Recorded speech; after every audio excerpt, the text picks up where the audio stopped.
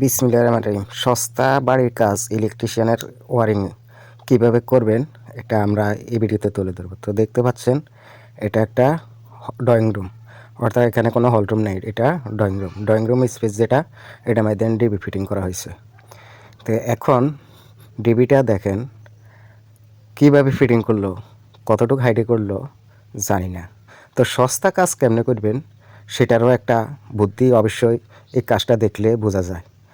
তো আমি 5 ফিট 4 ইঞ্চি হাইট, আমার হাতটা কতটুকু উপরে উঠে একটু ধারণা করে দেখেন। তো আমি ডিবি তো লাগাল পাওয়া তো দূরের কথা, পোলোর থেকে দেখতে পাচ্ছেন ডিবি আমি হাতে লাগবেই না, অর্থাৎ আমার একটা চেয়ারের প্রয়োজন আছে। চেয়ার হলে আমি ডিবি লাগপাম।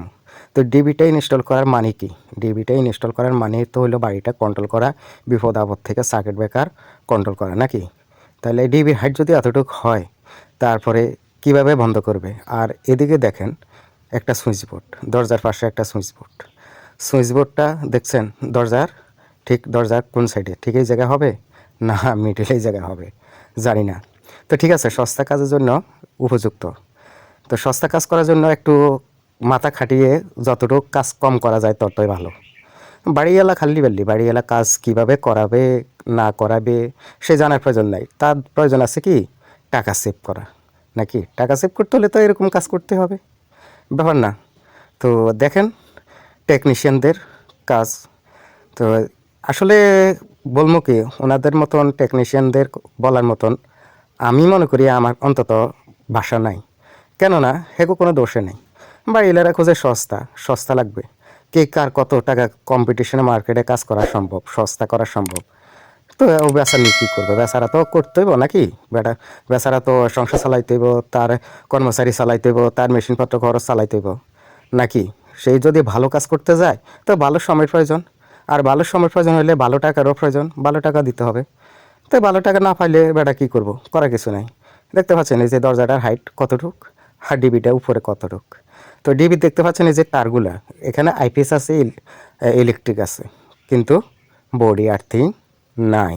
তো বডি আর্থিং কেন দিব? এটা তো প্রয়োজনে নাই। বডি আর্থিং দিতে গেলে তো আরও প্রয়োজন আছে বিলটা একটু বাড়ানির। তো বাড়িওয়ালা তো বাঁচতে হইব। বাড়িওয়ালা একটা ঘরের এই বাড়িটা যেটা দেখতে পাচ্ছেন এটা 2 ইউনিটের একটা বাড়ি। 2 ইউনিটে 2টা প্লাট, অর্থাৎ 2টা প্লাটে 2টা মিটার এবং এসি আছে সাইডটা, সরি 6টা এসি, 3টে করে 6টা এসি। তো দেখতে পাচ্ছেন আমি বেডরুমে ঢুকলাম এখন। আচ্ছা, বেডরুমের কী অবস্থা দেখেন। তো বেডরুমে ঢুকলাম, ঢুকে দেখলাম ওরে বাইরে ভাই, এটা কিসের পয়েন্ট? এসির পয়েন্টে না মনে হয়। যাই হোক, এসিটা কি ফিটিং কি হাতের বাম সাইডে হয় না ডাইন সাইডে হয় আমার টেকনিশিয়ান ভাই তাও ভুলে গেছে। আচ্ছা যাই হোক, এখন এটাও করতে হইলে তার খরচের প্রয়োজন আছে বুঝছি।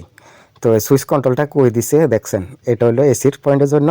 তো এসিটা কি জানালার মিডল হয় না রুমের সেন্টার হয় না রুমের এক কর্নারে এসি হয়? যাই হোক, এখন রুমের সেন্টারে নিতে হলে তো তার কাজ করতে হইব, সময়ের প্রয়োজন। তো টাকা অনুযায়ী যেভাবে 30-35 হাজার টাকা দিয়ে একটা ঘরের ওয়ারিং করে, কীভাবে করে তা আমার এক বন্ধু আমারে বলছে, কামাল তুমি আইসা দেখো এই যে ঘরটা ওয়ারিংটা কি ঠিক হয়েছে, সুন্দর হয়েছে। আমি ঢুকে দেখলাম আলহামদুলিল্লাহ খুব সুন্দর হয়েছে। সুনাম করতে হয়, সুনাম না করলে তার হয় না। কারণ যারা কাজ জানে তারা ভাতে মরে, আর যারা কাজ জানে না তারা ভাতে মরে না। তারা ঠিকই তাদের সংসার ভবিষ্যৎ টাকা তৈরি করতে পারে। কীভাবে? ঠিক এইভাবে কাজগুলো করে। তো এসি ফিটিং তো আপনার ওয়ালের সেন্টারে হয় না ওয়ালের এক সাইডে রুমের এক সাইডে হয়, এটা বুঝিনি। আর এটা আরেকটা বেডরুম, তো এটা দেখতে পাচ্ছেন জানালার সাইড, আর এটা এই রুমের মাঝখানে যে ওয়ালটার সাইডটা। তো এখানে এটা যে পয়েন্টটা দেখতে পাচ্ছেন এটা এসি পয়েন্ট, আর এটা এসি কন্ট্রোল করার জন্য সুইচ হবে। তো এসির যে এখানে এসি ফিটিং হবে, এখানে এসি ফিটিংয়ের যে মিউজিক পাইপটা এটা কতটুকু লম্বা থাকে। আর এটা দেখতে পাচ্ছেন এখান দিয়ে টপ বারিন্দা আছে, এখান দিয়ে পাইপ বের করার কোনো চার্জ নেই। তো এটা কিভাবে এসি যে ফিটিং করবে সে জানে, সে আল্লাহ জানে। তো কন্ট্রোল করা সুইচ এখানে এত নিচে, আচ্ছা দিছে নিচে যাক। তো এই দিক দিয়ে এতটুকু ঘুরিয়ে আনা কি সম্ভব? আর এই ওয়ালটার মধ্যে লাইট দিছে, লাইট না দিয়া এসি পয়েন্টও তো করা সম্ভব হইতো।